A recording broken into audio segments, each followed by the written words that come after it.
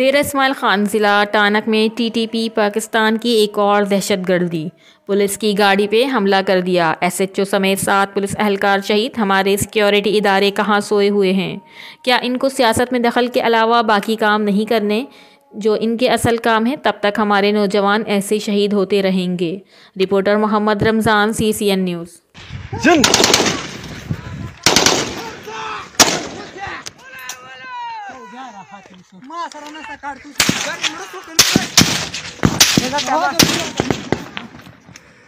माशाल्लाह माशाल्लाह माशाल्लाह मरियानो लंका न्याब तोल मुर्दा गाड़ी जरावा सलवर गाड़ी जरावा दास फ्रात दी जरा रदा वइसा तरा तवइसा जे छोटा दुना फेको